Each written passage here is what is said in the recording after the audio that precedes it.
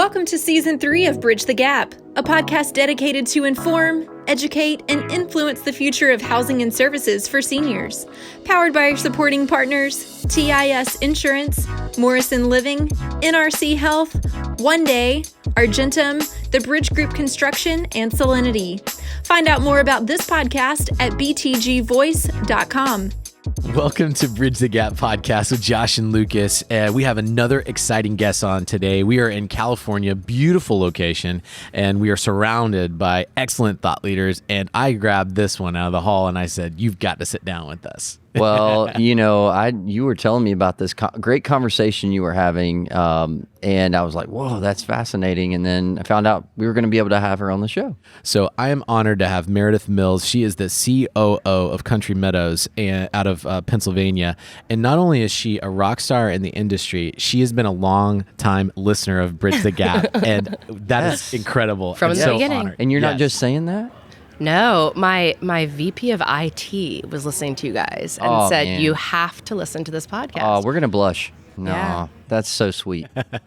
No, that's awesome. Yeah, we love that. We love that. And you and I have had conversations and you've given us a lot of great feedback. And so I'm excited to sit down with you and get to let our audience, which you're a part of, listen to your backstory. So family business, bring us into the fold. Tell us about what's going on. Sure. So we are a third generation family business, and I don't think any of us ever thought we'd get involved in the family business. I mean, I worked in a completely different industry for Urban Outfitters as an e-commerce manager for several years before my grandfather said, "When are you coming back?" He really wanted to know that the third generation would be involved and that what he and my grandmother and their children built was going to go into the next generation. And I'm really proud to be a part of it, not only because I really believe in our mission, but I feel that we can do things differently and better because we don't have the constraints of investors who aren't actively involved and don't understand that this is truly a mission that we're on. So I came back to the company about 9 years ago. Actually, my husband was the one who said, "Why are you not working for your family?" And then when I went to work for my family, he said, "I think I'm going to come too." So he also came from a Fortune 500 company, left that. We left Philadelphia, moved back to rural central Pennsylvania, and joined the workforce at our Hershey campus right next to our home office. And I started as a marketing director. He started as an associate executive director. And over the next 5 years, we both ran campuses and worked alongside our frontline staff and got to know our residents, got to know our customers, our families, dealt with regulatory problems, dealt with cultural problems, got to experience the joys and the challenges that really are the heart of our business. And when we were asked to come to the corporate level, I think we both had some tears because we know that the true magic happens with our frontline staff and with being with our residents every day and knowing what our customer appreciates and needs. But we came into roles that allowed us to really be innovative, and we're really lucky that our board, our family, allows us to push the boundaries a little bit and take some risks in order to continue to improve in our environment. That's awesome, and says a lot about your family that you can actually work together and you're still a family. Yes. So, we don't often hear that. So curious question. I mean, how do you balance the family work-life relationship? I think I'm lucky because I grew up in it. So I saw that, you could have tension at work, but you could have Easter Sunday together and everyone still treated each other with respect and just said, we can have differences in opinion. It doesn't mean we're not still on the same mission. It doesn't mean we're not still family.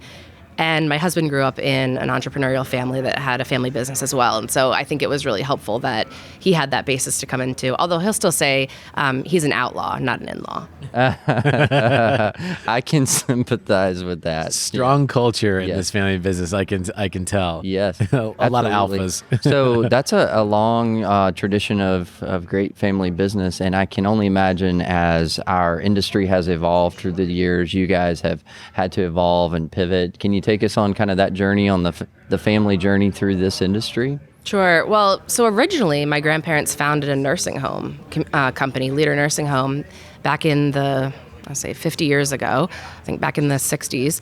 And when they ended up selling to a larger company that was involved in a takeover, they exited that, and they had a non-compete for skilled nursing, but they didn't have a non-compete for assisted living, which wasn't really established at the time. Sneaky, already entrepreneurial. Yeah. And so my grandfather decided to start Country Meadows and started building pretty aggressively across Pennsylvania. And I didn't mention, though, he was a governor of Pennsylvania in the 1950s. Just a small detail. Yeah, sorry, I forgot to. Yeah. I tend to forget that he had a very short political career, but was one of the youngest governors in the history of Pennsylvania. And so while he was governor, he really fought for disenfranchised groups, and he helped establish the nursing board in Pennsylvania and helped to improve mental health and special education, created special education programs that didn't exist at the time. And so he really had always tried to look out for people who didn't have a voice. And, we've had a couple of family members who've had disabilities, and I think it's kept us very humble to know that there are people who don't have all of the gifts and don't have all the strengths that we might have, and we need to remember to speak up for them and protect them. And that includes our older adults. And that's why I think my family really developed that passion through what my grandfather's policies were and what his strong beliefs were. So once they started Country Meadows, my uncle had already worked with them at Manor Care at Leader Nursing Home for many years, and my father came back from working on Wall Street to be the CFO there. So I ended up being raised in Hershey alongside my family and my grandparents, learning from them every day. And in terms of innovation, my grandfather did all kinds of crazy things, but I think he really decided to invest in his product in a way that maybe some providers didn't. So I was speaking earlier on a panel about how, we have full-time fitness directors, we have full-time chaplains, so we can put on different programs that maybe other companies don't have the investment to have. For instance, we really believe that we want to respect our residents' wishes with interventions towards end of life. And so our chaplains are trained in non-morally biased talking points on how to have conversations around end of life. And at some of our communities, up to 90% of our residents have a DNR in place because we've said to them, this is what's going to happen if you have to have CPR, and this is what it will look like, and this is what will happen then, and this is what will happen then. Is that really what you want? Because if it is, we will absolutely support it. We'll provide CPR. But if you don't want all the things that come along with it, then, we want to make sure that you are aware of all the implications. And so, we utilize those extra folks for more specialized programs. We have amazing fitness programs. We have Delay the Disease, which is a Parkinson's-based program that uses cognitive and physical training to work the brain in different ways at the same time as the body. We have balance courses. We have all kinds of amazing fitness classes. But I think more recently, with the changes in acuity that we've seen, we've been forced to innovate over and over again. And I think what's best is that whenever we come up with a crazy idea, my uncle, who's our CEO, will say, well, let's just try it. Let's pilot it. And if we fail, then we fail. And if we succeed, then that's great. And my grandfather always said, if you make 10 decisions and 6 of them are right, then you're moving forward. So that's really our philosophy. You can make mistakes, but you'll always learn from them, and it'll always improve your business. Well, that's a great philosophy. So let's pivot on to a topic that I know for a fact you're passionate about, especially being COO. You're going to be over a lot of different details as far as operations go. Retention, recruiting, culture as far as your staff goes. Talk to us about some of your philosophies there. Well, first of all, when my husband and I were executive directors, I think we really got some pretty shocking stories told to us by our coworkers about their lives and the hardships that they were going through. And yet they still came to work every day and worked through their hearts so passionately and so lovingly. And, there was more than one time that I had a coworker tell me she was sleeping in her car.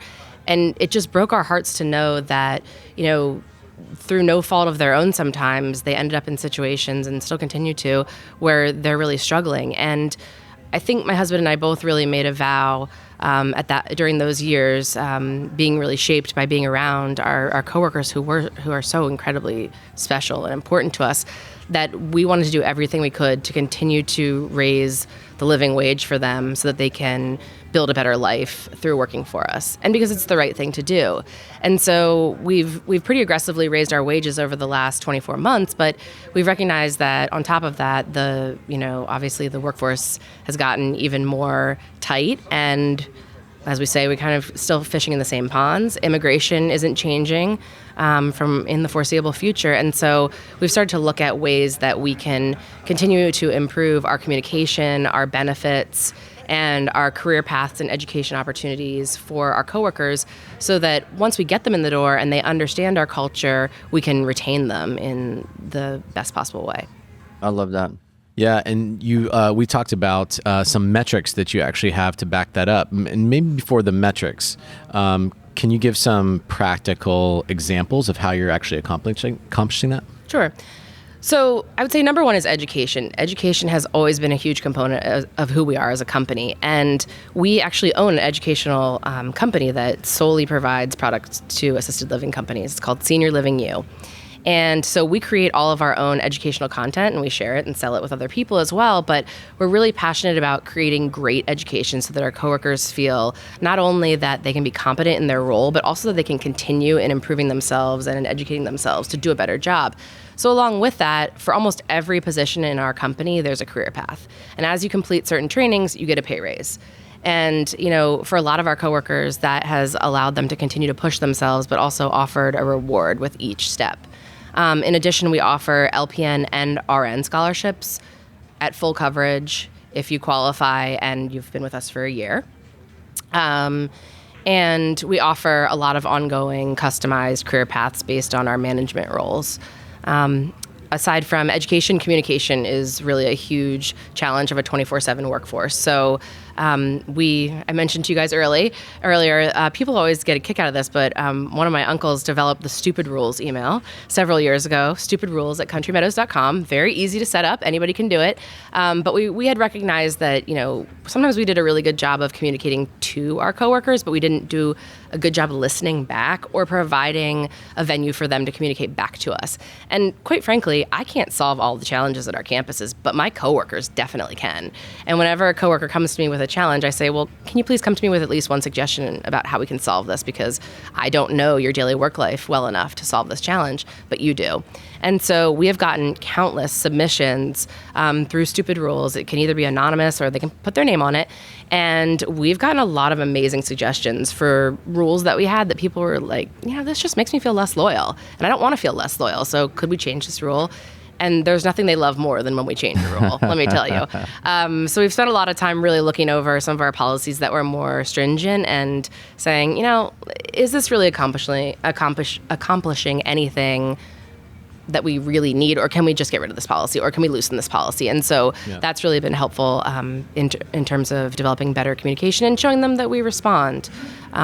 We did the Fortune Great Places to Work survey and got a lot of incredible data from that. And we also use that to respond to our coworkers in many different ways throughout the year. I mean, just a little thing, we used to always give out Christmas hams, and a lot of our coworkers, myself included, are vegetarian or Muslim or just don't like ham for their family, right? Who doesn't like ham? Come on. Who doesn't like ham? I'll send you one next year. Please, I'll be on that list. Whoever didn't want it, just send it to Josh. Yes, please do. Yes, and follow me on Twitter too. But so this year we gave them a little gift card shaped like a piggy to their grocery store and said, what, we want you to feel that we're giving you person-centered care as well. So we want you to do whatever is best for your family for your holiday meal. And they really liked that. They were touched by the fact that we listened, and it wasn't about like what we thought they wanted. It was about what can they provide to their family that they can personalize in whichever way they want. So communication, we also just created with a developer a communication app where we can post and they can reply back, and it's basically like a digital bulletin board which will allow them to see things 24/7 no matter where they are. That is amazing. Yeah, well, a lot of benefits, stuff. And then benefits, we're exploring a lot of creative benefits too. Well, what I hear through all of that is a very intentional focus on your team And I think that's what a lot of people are starting to talk about, starting to realize. But you guys have kind of led in the cutting edge of that, and I can really appreciate that as a fellow operator. I do have to ask a question, just because I'm sitting here dying. I can only imagine the stupid rules that like get brought up, like, hey, this is a stupid rule. Can you give us an example of something that was changed because it was the ultimate stupid rule? Well, I can give you an example of things that were changed. I'll also tell you that more often than not, we keep getting asked for additional scrub colors in our uniform store. Oh, wow. They already have 10 scrub colors that they can choose from, but they will never stop asking for more. So if you can find a rainbow or like a Miss Piggy printed scrub top, let me know, and we'll put that in there. But you gotta wear but them I'll give every you a day. legit You gotta one mix too. it up. Yeah. But really a legitimate one was a young lady who had been with us for over 10 years, but had gone PRN as needed at a certain point. We previously had said, well, then you lose your tenure with us. And when you have tenure with us, you get certain things. You get a nice bonus at every 5 years. You get to come to our annual coworker anniversary dinners where we celebrate all of our 5-year-plus coworkers, and many other benefits. And so she just kind of said, I work more for you than a lot of your part-time coworkers. This woman works three 12-hour shifts every single weekend. Wow. Wouldn't you die for a coworker like that? Every single weekend. Wow. So she said, it just kind of hurts me that I've been with the company 12 years, but my hire date only reflects that I've been with you for 4. And we sort of thought about it and said, the whole economy is turning more towards flexibility and the gig economy. So how many people are we driving away that didn't even speak up about this? Sure. And so it was really my honor. The really big thing at 10 years is that we knight you into the Dinosaur Club. And this is something that my dad, who's our CFO, actually started because when one of his coworkers was about to turn 10 years, she said, gosh, I just feel like such a dinosaur. So he has this whole ceremony that he does around the Dinosaur Club, and you get knighted in at the anniversary dinner, and it's such a big deal. And you get a little dinosaur to take home.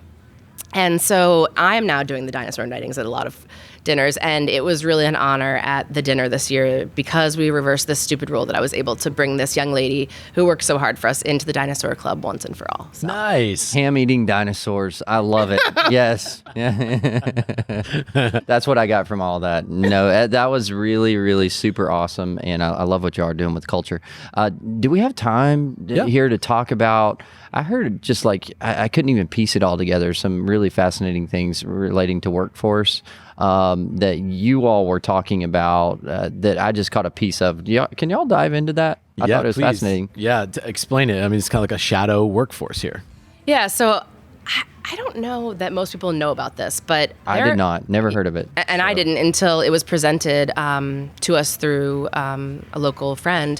But there are over 65,000 foreign doctors in the United States who are not working in a clinical profession here. In fact, a lot of them are working minimum wage jobs, warehouses, fast food, industries that have nothing to do with their skill set. And it really is wasted talent. One large subset of those doctors is Cuban medical professionals. And I won't get into the whole thing, but essentially, if you look up the Cuban medical asylum program, you can see that the United States deemed what Cuba was doing with their medical professionals as indentured servitude and offered them asylum in the U.S. and a fast track to citizenship. And so there are over 10,000 of them here in the U.S. Wow. They were resettled in 11 different cities, and one of them happens to be in one of our markets in Lancaster, Pennsylvania. And so this retired doctor had been working with them to get them back into medical professions. And my CEO heard about his program at the Rotary Club and said, I wonder if it would be meaningful for these folks to come work for us. And we interviewed them, and they're just the most compassionate, hardworking, incredible people. So resilient, so kind. And they have a natural affinity for older adults. They love their grandparents. Their grandparents were the last people who really knew life before the way Cuba is now. And so they just have a love for them. And we were able to hire several of them in various capacities in meaningful work and competitive wages. And many of them are going to go and get their RNs now under our support. And so we're really, really excited about the opportunities. I'm now in touch with a Polish-born doctor who practiced in Germany and a Russian-born doctor, and they're just coming out of the woodwork.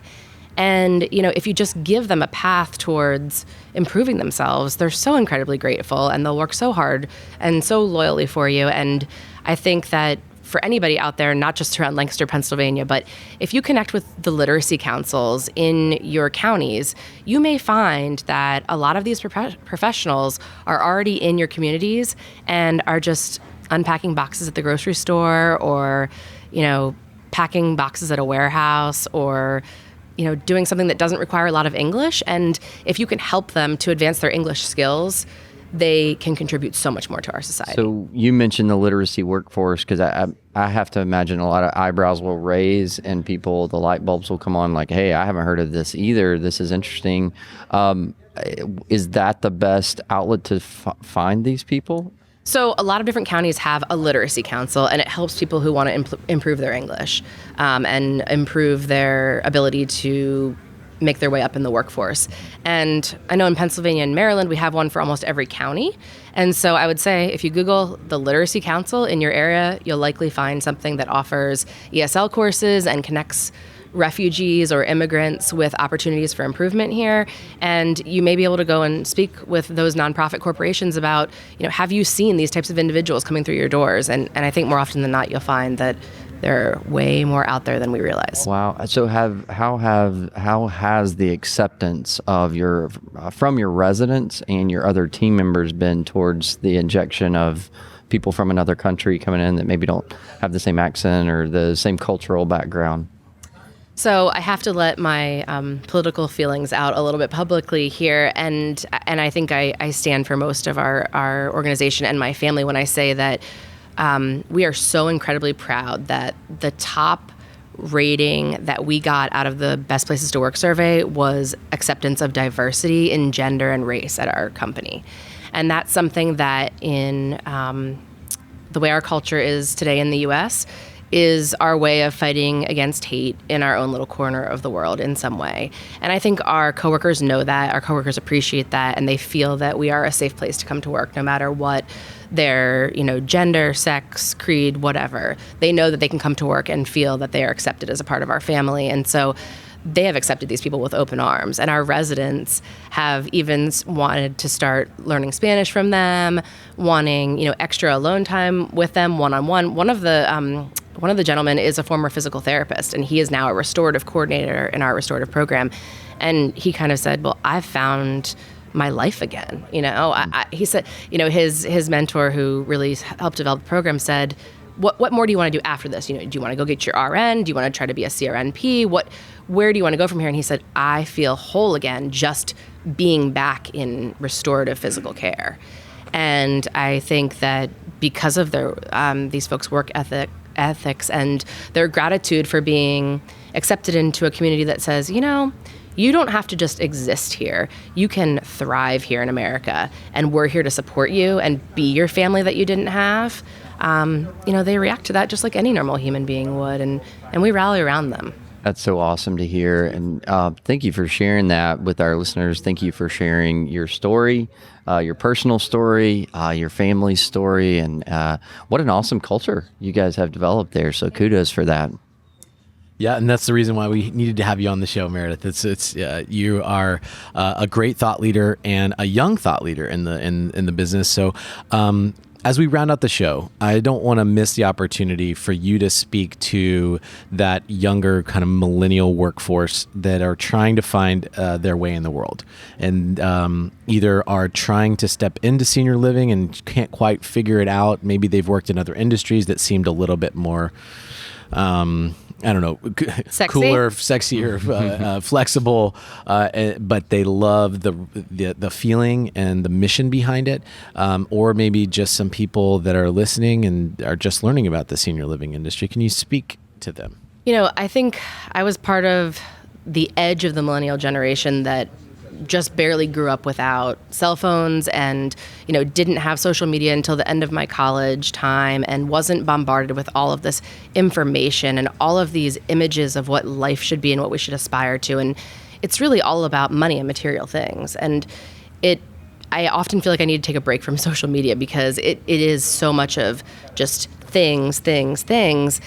And I think what, both for me being a parent and for me working with older adults brings that I hope other young people will see is a break from that dose of non-reality and a moment to step back into what is truly important about our time here. We only get one life.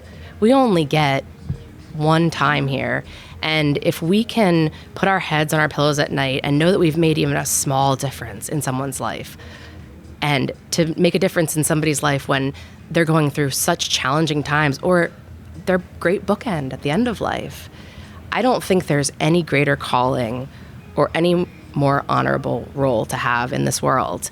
And I get so excited when other young people are engaged or even open to what we're doing, because I think it truly is a mission that's bigger than just you. You can be a part of something that is so loving and so giving and so human.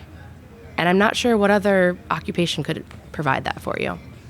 Well, we feel the same way, and thanks for sharing your passion. And, I think just talking about it, our hopes is even that through the podcast, it being able to reach more people, to be able to share what, quite honestly, are the love stories of our industry as we talk about. Absolutely. You've shared some of those. You also love stories from your company.